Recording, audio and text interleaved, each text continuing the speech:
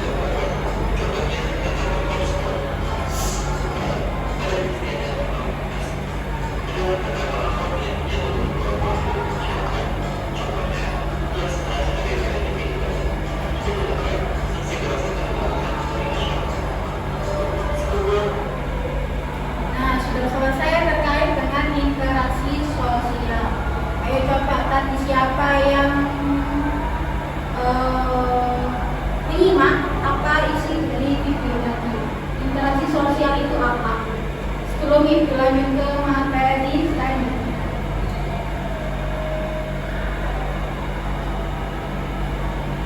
Ya benar, interaksi sosial adalah hubungan timbal balik antara individu maupun kelompok untuk menjalin hubungan yang diterapkan dalam kehidupan sehari-hari atau bermasyarakat dalam membangun sistem di hubungan sosial. Jadi interaksi sosial itu hubungan timbal balik antara individu dengan individu yang lainnya, individu dengan kelompok dan kelompok dengan kelompok lainnya. Contohnya, ya ini, oke. Contohnya individu dengan individu seperti salsa dan lain-lain. Itu kan satu orang yang berbeda satu-satu. Itu nanti kalian berbicara, itu namanya interaksi. Lalu contohnya individu dengan kelompok. Contohnya seperti guru. Guru satu orang, kalian ada berapa orang ini? Kelompok. Individu dengan kelompok. Ada juga yang kelompok dengan kelompok. Contohnya seperti siapa yang ikut OSIS di sini yang angkat tangan? Ada yang ikut pramuka? Nah, OSIS dan pramuka itu merupakan dua komunitas atau dua kelompok yang berbeda. Lalu mereka bekerja sama, itu pasti ada interaksi sosial. Nah, cara interaksi sosial itu ada apa aja, Bu? Ada dua. Yang pertama, kontak sosial dan komunikasi. Nah, syarat interaksi sosial itu ada kontak sosial dan komunikasi. Apa sih kontak sosial itu? Kontak sosial tidak hanya interaksi melalui tatap muka saja, namun melalui kontak tanpa bertemu langsung. Seperti kalian kalau chattingan di WA, di IG, di TikTok dengan teman-teman yang lain, itu namanya kontak sosial. Jadi meskipun tidak bertatap muka, itu namanya juga kontak sosial. Kalau tatap muka, ya pasti kontak fisik. Kontak fisik. Lalu ada komunikasi. Apa sih komunikasi itu?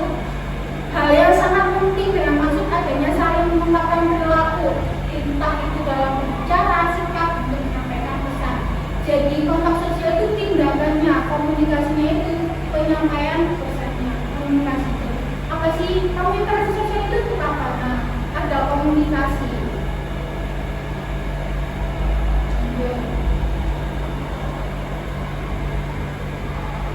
Lanjut, ada jenis-jenis interaksi sosial. Nah, ini sama dengan definisi interaksi sosial tadi. Jenis-jenisnya ada individu dengan individu, individu dengan kelompok, lalu ada kelompok dengan kelompok. Itu merupakan jenis-jenis interaksi sosial. Nah, ini interaksi sosial individu, pertemuan antara seseorang dengan individu lain yang bertujuan untuk memberikan aksi atau respon. Contoh, mengajak teman untuk bermain, pernah? Nah, itu namanya interaksi individu dengan individu. Lalu orang tua menasihati anak, ibu menasihati anak, atau ayah menasihati anak, itu merupakan contoh dari individu dengan individu. Lanjut, ada individu dengan kelompok. Biasanya orang tersebut akan memberi suatu aksi maupun informasi ke orang banyak. Seperti Bu Guru ini, Bu Guru menginformasikan kalian tentang ilmu tentang interaksi sosial. Atau seseorang yang bersosialisasi di komunitas. Siapa yang pernah ikut sosialisasi BNN, narkotika? Nah, itu kan juga menginformasikan bahaya tentang narkotika. Satu orang yang menjelaskan dan yang mendengarkan ada banyak orang. Oke, lanjut. Interaksi kelompok dengan kelompok seperti organisasi Karang Taruna memberi informasi kepada masyarakat, atau OSIS memberi informasi kepada siswa kalau besok ada kegiatan lomba seperti itu. Oke. Nah, interaksi sosial itu terbentuk karena ada beberapa faktor. Yang pertama, imitasi, sugesti, identifikasi, simpati, dan empati. Kalau imitasi itu apa, Bu? Imitasi merupakan seseorang atau lebih melakukan untuk meniru seseorang dalam hal budaya, sikap, perilaku, hingga penampilan yang terlihat menyerupai orang lain. Jadi kalau ada orang yang meniru budaya kalian, itu bisa menjadi faktor terbentuknya interaksi, namanya imitasi. Lalu ada sugesti, seseorang yang terpengaruh karena adanya suatu Identifikasi suatu pemberian tanda ciri khas. Simpati, kita memperlihatkan sikap akan rasa tertarik. Kalau empati menunjukkan sikap atau rasa tertarik orang lain, baik itu kebahagiaan atau kesedihan. Nah, interaksi ini juga memiliki dampak positif dan negatif juga anak-anak. Jadi, dampak positif interaksi sosial ada yang pertama, coba salsa dibaca apa? Meningkatkan solidaritas, kebersamaan, dan memperkuat ikatan sosial. Memperluas jaringan sosial, membangun hubungan dengan lebih banyak orang. Yang terakhir, meningkatkan pengembangan diri, belajar dari interaksi dengan orang lain. Pintar. Jadi, dampak positif dari interaksi sosial ini yang pertama meningkatkan solidaritas kebersamaan. Adanya interaksi sosial dengan teman itu dapat meningkatkan solidaritas dengan guru, dengan kelompok OSIS, kelompok pramuka itu dapat meningkatkan solidaritas maupun kebersamaan. Memperluas jaringan sosial. Apa sih jaringan sosial itu? Jaringan sosial itu kita memiliki hubungan teman dekat dengan banyak orang. Tidak hanya teman kelas saja, tapi teman dari berbagai kelas atau maupun berbagai sekolah. Lanjut, meningkatkan pengembangan diri, belajar dari interaksi dengan orang lain. Jadi dengan adanya interaksi sosial ini kita dapat belajar dalam mengembangkan diri. Yang awalnya introvert terus sering berinteraksi sosial jadinya extrovert, bisa berinteraksi dengan banyak. Lanjut, ada dampak negatif. Coba kayaknya dibaca dampak negatif interaksi sosial ada apa? Konflik dari ketegangan, perbedaan pendapat yang tidak terselesaikan. Yang kedua, diskriminasi perlakuan tidak adil berdasarkan perbedaan tertentu. Yang terakhir, pengaruh negatif tindakan atau sikap yang merugikan individu atau kelompok. Dampak negatif dari interaksi sosial ini dapat menyebabkan konflik dan ketegangan. Jadi kalau adanya pertentangan itu dapat menyebabkan ketegangan. Diskriminasi, perlakuan tidak adil. Lalu ada pengaruh negatif tindakan atau sikap yang merugikan individu atau kelompok. Nah, sampai sini ada yang mau ditanyakan? Oke. Nah, kesimpulan dari materi tadi ini adalah interaksi sosial merupakan elemen penting bagi kehidupan bermasyarakat. Memahami jenis dan bentuk interaksi sosial membantu kita mengelola hubungan supaya menjadi lebih baik. Oke, selanjutnya Ibu akan membagi kalian dalam kelompok. Setiap kelompok berisi 5 orang. Nanti Ibu akan membagikan LKPD yang kalian akan kerjakan bersama kelompok kalian masing-masing. Nah, di LKPD ini nanti kalian dapat memilih proyek apa yang akan kalian pilih.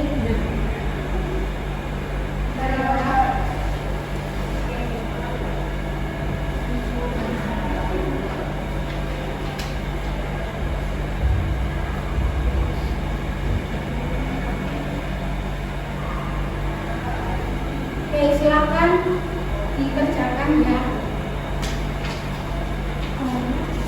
Iya, dikerjakan kan sekarang berkelompok. Nanti kalian pilih kalian mau infografis atau peta, peta konsep. Oke, nanti kalian bagi per kelompok. Dalam satu kelompok itu tugasnya ngapain aja? Ada yang cari informasi atau jawaban, ada yang membuat infografis atau petanya dan yang lain-lain. Oke, silakan dikerjakan ya.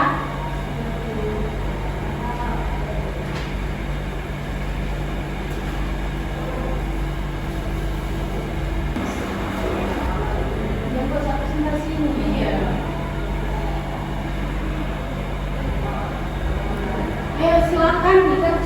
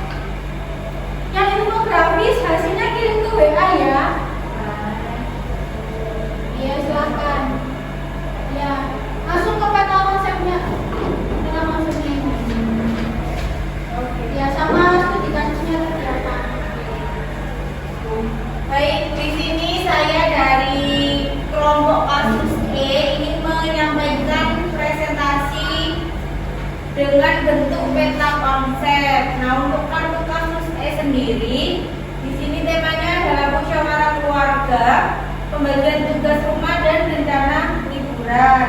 Ada keluarga Pak Andi terdiri dari atas ayah, ibu, dan 3 anak. Untuk menjaga kebersihan rumah, mereka membuat jadwal piket bergilir. Untuk setiap anggota harus saling membantu menyelesaikan tugas tanpa disuruh. Namun, ketika merencanakan liburan, kakak ingin pergi ke pantai, sedangkan adik ke gunung. Sehingga yang terjadi adalah perbedaan pendapat di meja makan. Ayah kemudian mengajak semua anggota bermusyawarah dan akhirnya disepakati untuk mengunjungi kedua tempat tersebut bergantian. Di sini kelompok kami membuat peta konsep yang pertama, jadwal piket harian. Membuat tiket harian bergilir antar anggota keluarga.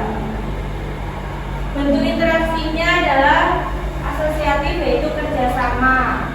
Kemudian merancang liburan akhir tahun. Tadi permasalahannya adalah kakak dan adik memiliki tujuan yang berbeda, sehingga untuk menyelesaikannya ayah melakukan musyawarah. Jenis interaksinya adalah kerjasama. Ini Bu desainnya. Oke, ini potongan sini. Terima kasih ya. Oke, cukup itu saja dari kelompok kasus E. Terima kasih. Wassalamualaikum warahmatullahi wabarakatuh. Waalaikumsalam warahmatullahi wabarakatuh. Apa ada yang mau ditanyakan? Nah, dari kartu kasus E ini, musyawarah keluarga terkait pembagian tugas rumah dan rencana liburan, apa sih yang bisa kita pelajari? Yang bisa kita pelajari adalah mereka membuat jadwal piket harian bergilir agar semuanya adil mendapat tugasnya masing-masing. Mereka juga merencanakan mengajak semua anggota keluarganya bermusyawarah sehingga disepakati untuk rencana liburannya ke kedua tempat tersebut secara bergantian. Jadi apabila ada konflik di antara teman atau dengan kelompok lainnya, apabila ada konflik maka harusnya kita bermusyawarah atau berdiskusi untuk mencari jalan tengahnya, jalan keluarnya. Oke, terima kasih Lail, sangat bagus tugasnya. Lanjut dari kelompok Salsa, silahkan maju. Silahkan Salsa, apa ya sebentar ya.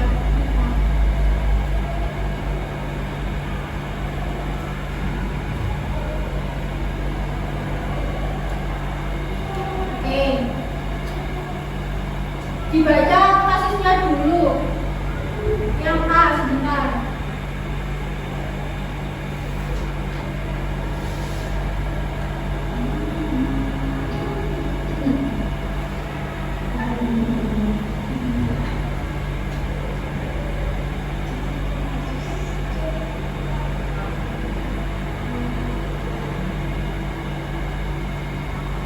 Sebentar ya.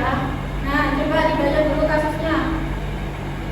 Kasus A, kelas 9B, kelas 8B punya jadwal piket harian. Tapi minggu ini beberapa siswa itu sering lupa piket hingga kelas motor.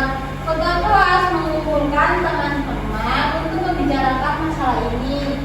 Dan akhirnya mereka sepakat membuat jadwal baru dengan pengingat di grup WhatsApp kelas. Di saat yang sama, sekolah mengadakan lomba kebersihan antar kelas. Kelas 8B dan C sama-sama semangat menghias dan membersihkan kelas masing-masing agar bisa menang. Sehingga suasana sedikit menegang karena kedua kelas saling ingin unggul. Oke, lalu infografisnya silakan. Lalu ini dia hasil infografis saya dan teman-teman. Yang pertama, sebutkan kontak sosial dan komunikasi dalam kasus A tadi. Jawabannya membuat jadwal piket baru dengan pengingat di grup WhatsApp kelas. Kemudian ada peristiwa yang masuk interaksi sosial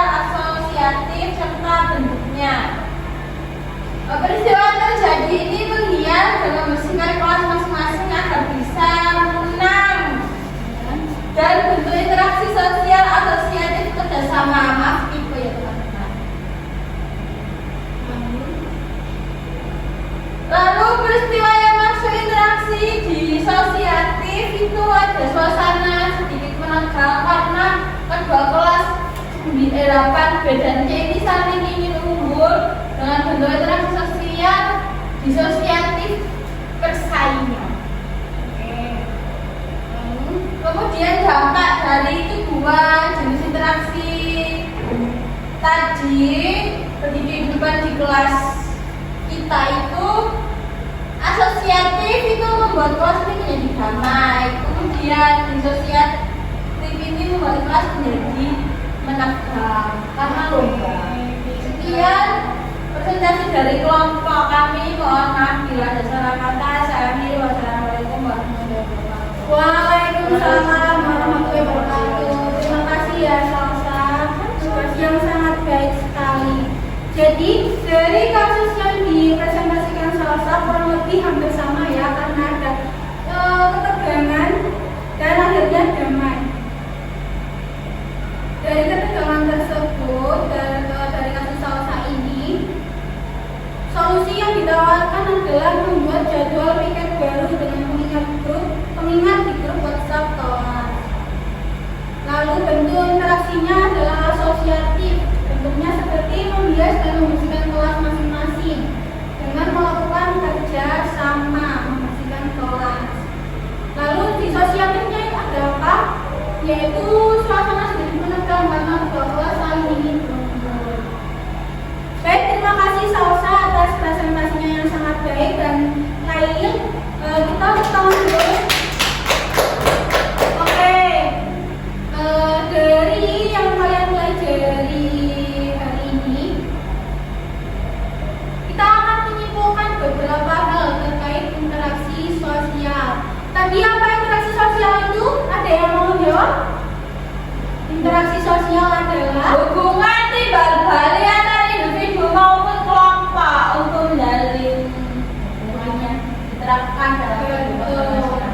interaksi merupakan hubungan timbal balik antara individu maupun kelompok.